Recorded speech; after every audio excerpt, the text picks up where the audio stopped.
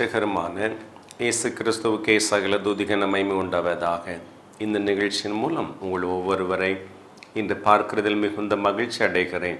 ஒருவேளை ஆண்டுடைய சத்தத்தை கேட்பதற்கு முன்பதாக உங்களுக்காய் ஒரு பாடல் வருகிறது. அந்த பாடலை நாம் கேட்டு ஆண்டுடைய வார்த்தைகளை கேட்கலாம். இது உங்களுக்காய் பாடல். அந்த பாடலை கேளுங்க. சிங்கக்கெபியில் நான் விழுந்தேன், அவர் என்னோட அமர்ந்திருந்தார்.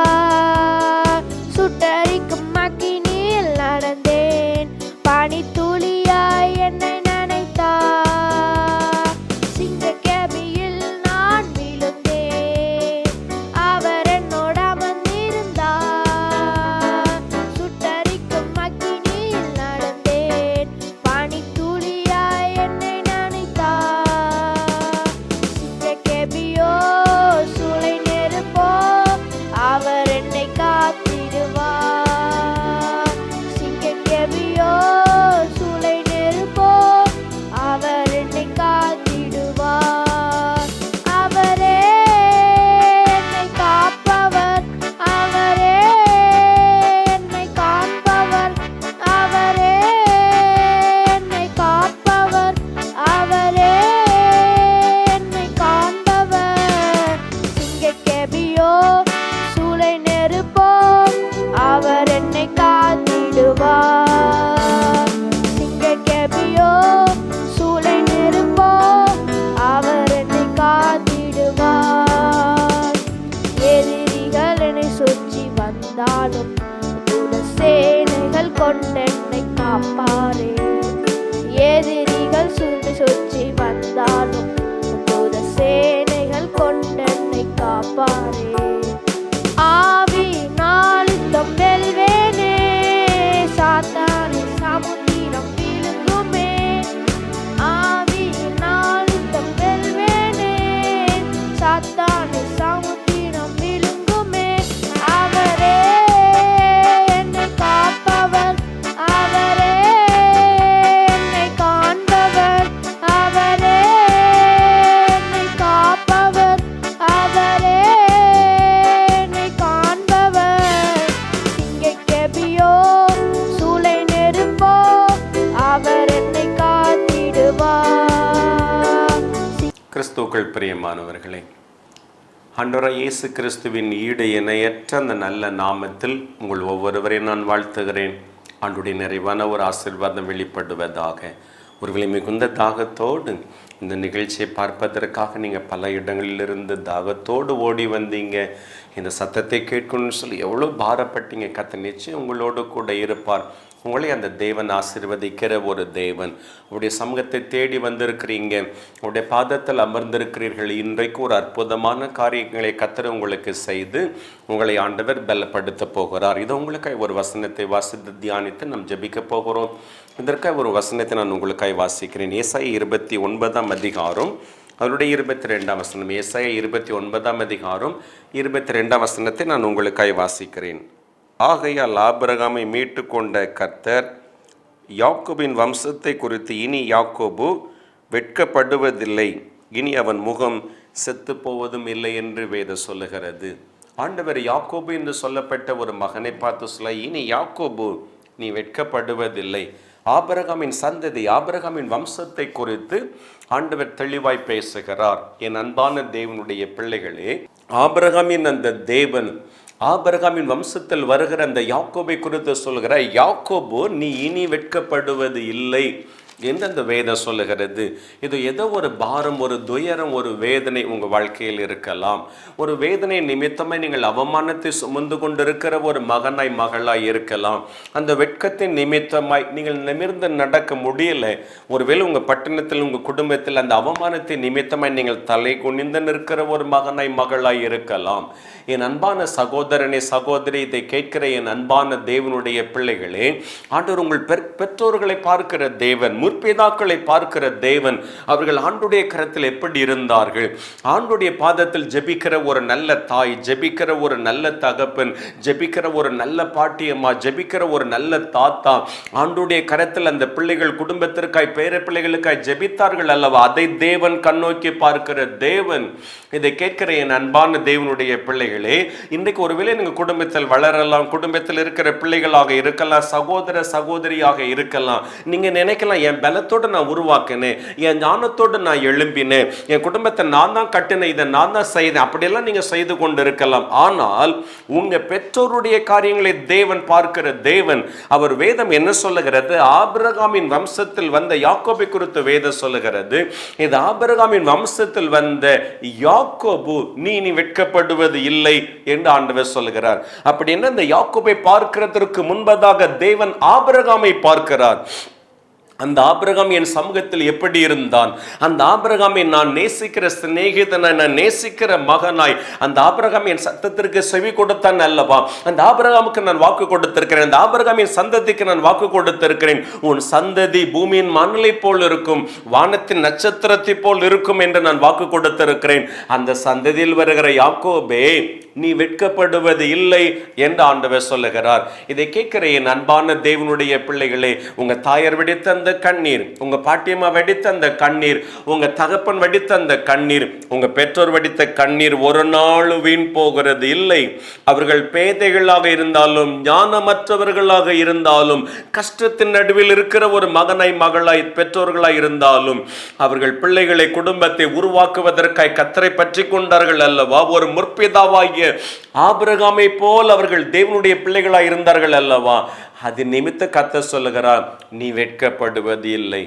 அந்த தகப்பனை, அந்த ஆபிரகாமை கண்டு யாக்கோபை பார்த்து, யாக்கோபே நீ வெட்கப்படுவதில்லைன்னு சொன்னார். இன்றைக்கு கர்த்தர் உங்களை பார்த்து சொல்ல, நீ வெட்கப்படுவதில்லை மகளே, நீ வெட்கப்படுவதில்லை மகளே, நான் உன்னை அந்த இடத்தில் தலை நிமிர பண்ணுவேன் என்று அந்த ஆண்டவர் வாக்கு கொடுக்கிறார். நீங்கள் எந்த சூழ்நிலையில் இருக்கலாம், ஒருவேளை சில அவமானம் வருகிற பொழுது, சில வேதனை வருகிற பொழுது நம்மால் நிமிர்ந்து நடக்க முடியாது. எல்லாரும் நம்மளை குறித்து அவமானப்படுத்துகிற பொழுது அந்த இடத்தில் தலை நிமிர்ந்து நடக்க முடியாது. இவன் தான் அந்த தவறு செய்தான், இவன் தான் அந்த பாவம் செய்தான், இவன் தான் இப்படிப்பட்ட காரியங்களை செய்தான் என்று எல்லாரும் சொல்லுகிற பொழுது அந்த இடத்தில் எல்லாருக்கும் முன்பதாக உங்கள் தலை குனியப்படும், நீங்கள் நிமிர்ந்து நிற்க முடியாத ஒரு நிலை இருக்கும். ஆனால் இந்த தேவன் சொல்லுகிறார், இனி நீ வெட்கப்படுவது இல்லை. இனி எந்த சூழ்நிலைகளிலும் நீ தலை குனிவது இல்லை, நான் உன்னை நிமிர பண்ணுவேன் என்று அந்த ஆண்டவர் வாக்கு கொடுக்கிறார். இதை கேட்கிற என் அன்பான சகோதரனே சகோதரியே, ஏதோ ஒரு சூழ்நிலைகளில் நீங்க கலங்கி நிற்கிறீங்களா? ஏதோ ஒரு வேதனை நடுவில் இன்றைக்கு நீங்க புலம்பிக் கொண்டு இருக்கிறீங்களா? ஏதோ ஒரு அங்கலாய்ப்பு நடுவில் இன்றைக்கு நீங்க பாரத்தோடு நீங்கள் கலங்கி கொண்டு இருக்கிறீர்களா? இல்லை அவங்களால நிற்க முடியல, அந்த இடத்துல உங்களால பேச முடியல, அந்த இடத்துல நீங்க செய்த சில காரியத்தை நிமித்தமா நிற்க முடியல. அந்த குறைவு, அந்த வேதனை, அந்த அவமானம், அந்த நிந்தனைகள், அந்த பாடுகள், அந்த உபத்திரவங்கள், அந்த வேதனையான காரியத்தை நிமித்தமாய் இன்னைக்கு விலகி விலகி ஓடுறீங்க. உங்களால பேச முடியல, உங்களால நிற்க முடியல, அவர்களோடு உங்களால எந்த காரியத்தை குறித்து சொல்ல முடியல. எப்படியெல்லாம் நீங்க நிற்கிறீங்களா? அன்று உங்களை பார்த்துதான் சொல்லுகிற, நீ கலங்காதம்மா, இனி நீ வெட்கப்படுவது இல்லை. இனி அந்த அவமானத்தை நீ சுமக்க போகிறதில்லை, கர்த்தர் மாற்ற போகிறார். இந்த வேதனையெல்லாம் உங்களை விட்டு, உங்க குடும்பத்தை விட்டு கர்த்தர் விலக்கி விட போகிறார். வேதம் என்ன சொல்லுகிறது? சங்கீதம் 25 சங்கீதம் அதில் 2வது வசனத்தில் வேதம் சொல்லுகிறது, என் தேவனே உம்மை நம்பி இருக்கிறேன், நான் வெட்கப்பட்டு போகாதபடி செய்யும். என் தேவனே, நான் உம்மை நம்பி இருக்கிறேன்.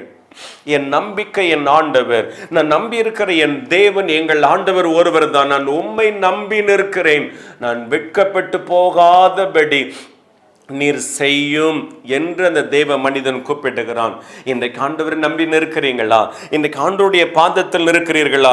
உங்களை அந்த தேவன் வெட்கப்பட்டு போகாதபடி செய்ய போகிறார். உங்களை அந்த தேவன் வெட்கப்பட்டு போகாதபடி கர்த்தர் பாதுகாக்க போகிறார். கர்த்தரை நம்பி நில்லுங்க, அந்த ஆண்டவரை சார்ந்து கொள்ளுங்க. ஆபிரகாம், ஈசாக்கு, யாக்கோபின் அந்த தேவன் அவர் உங்கள் தேவன். அந்த தேவனை நீங்கள் நம்பி நிற்கிறீர்கள் அல்லவா? அந்த தேவன் ஒரு நாளும் உங்களை வெட்கப்பட்டு போகாதபடி அவர் உங்களை மாற்றப் போகிறார். வேதம் அதே பகுதியில் வேதம் என்ன சொல்லுகிறது பாருங்கள். என் சத்துருக்கள் என்னை மேற்கொண்டு மகிழ விடாதேயும் என்று சொல்லுகிறார். என் சத்துருக்களை என்னை மேற்கொண்டு அவர்கள் மகிழ்ந்திருக்க விடாதேயும் ஐயா. என் சத்துருக்களை ஒருவேளை என்னை மேற்கொண்டு விட்டேன், இவர்களை ஜெயித்து விட்டேன், இவர்கள் எல்லாவற்றையும் நான் ஜெயம் பெற்று விட்டேன் என்று அவர்கள் மகிழ்ந்திருக்க விடாதபடி நீ செய்யும். நீங்க என்னை வெட்கப்பட்டு போவதில்லைன்னு சொன்னீங்களே, எங்களோடு கூட இருப்பேன் நீ சொன்னீங்களே, இன்னைக்கு எனக்கு உதவி செய்யும் ஆண்டவரே என்று சொல்லுகிறோமா? இன்னைக்கு சத்துரு எல்லாம் அவர்கள் கிர்ச்சித்து கொண்டிருக்கலாம், சத்துரு எல்லாம் மகிழ்ந்திருக்கிறது போல் அவர்கள் நின்று கொண்டிருக்கலாம். கர்த்தர் அவர்கள் நடுவில் உங்களை வெட்கப்பட்டு போகாதபடி கர்த்தர் உங்களுக்கு உதவி செய்ய போகிறார். இது அன்பான தகப்பனே, தாயே, சகோதரனே, சகோதரியே, இன்றைக்கு ஜெபிக்கிற அந்த ஜெபம் அது சந்ததி சந்ததியாக நன்மை உண்டாகும். இன்றைக்கு நீங்க பிள்ளைகளுக்காக பாரப்படுகிற அந்த காரியம் சந்ததி சந்ததி சந்ததியாக அது நன்மையாக மாறும். அந்த தேவன் ஒவ்வொருவரையும் கருசனையோடு அவர் பார்த்து கொண்டிருக்கிற தேவன்.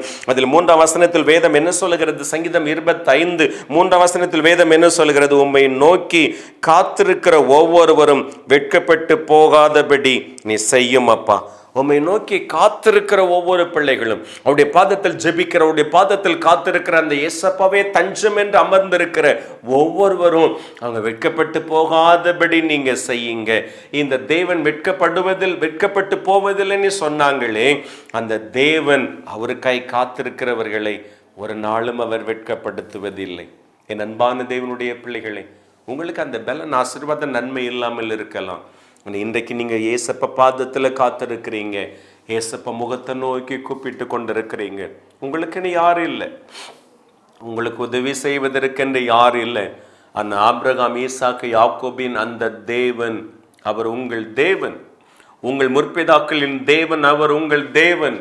உங்களுடைய பெற்றோர்கள் முற்பிதாக்கள் ஒருவேளை உங்களுக்கு சொத்து சுதந்திரத்தை, ஆசீர்வாதத்தை, நன்மையை அவர்கள் வைக்காம போயிருக்கலாம். ஆனா உங்களுக்காக அவர்கள் வைத்திருக்கிற ஒரு விலையேற பெற்ற ஒரு ஆசீர்வாதம், அவர்கள் நீதியான பாதையிலே நடந்து உங்களுக்கு நன்மையை வைத்திருக்கிறாங்க.